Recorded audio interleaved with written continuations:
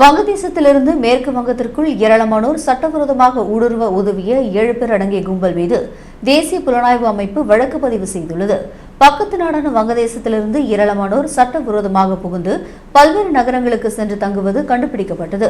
இது தொடர்பாக தேசிய புலனாய்வு அமைப்பு விசாரணை நடத்தி வருகிறது. இந்நிலையில் மேற்கு வங்கத்தின் வடக்கு 24 பர்கனாஸ் மாவட்டத்தில் உள்ள பொங்கானை சேர்ந்த சஹாபுதீன் மண்டல் என்பவரிடம் என்ஐஏ விசாரணை நடத்தியது.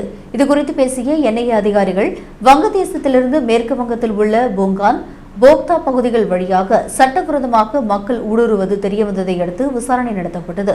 இதற்கு மூளையாக மேற்கு வங்கத்தின் பொங்கானில் தங்கியிருந்த சஹாபுதீனும் அவரது 6 கூட்டாளிகளும் செயல்பட்டது கண்டுபிடிக்கப்பட்டது. எல்லை தாண்டி வருபவர்கள் சாலை வழியாக ஹவுரா கொண்டு செல்லப்பட்டு அங்கிருந்து ரயில் மூலம் டெல்லி, மும்பை, புனே, குஜராத், ஹைதராபாத், பெங்களூர், சென்னை உள்ளிட்ட நகரங்களுக்கு அனுப்பி வைக்கப்பட்டதை அவர்கள் ஒப்புக்கொண்டனர்.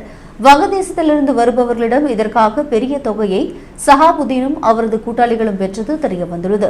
இந்த கும்பல் எல்லை தாண்டி சட்டவிரோதமாக மக்களை அழைத்து வருவதுடன் மட்டுமல்லாமல் ஊடுருவியவர்களை நாடு முழுவதும் கடந்து செல்ல உதவும் வகையில் நன்கு கட்டமைக்கப்பட்ட போக்குவரத்து பாதையையும் உருவாக்கியுள்ளதாக சந்தேகிக்கப்படுகிறது. சர்வதேச தொடர்புகளுடன் இந்த சதித்திட்டம் மேற்கொள்ளப்பட்டிருக்கலாம் என்பதால் இது தொடர்பான விசாரணையை என்ஐஏ தீவிரப்படுத்தியுள்ளது என்று தெரிவித்தனர்.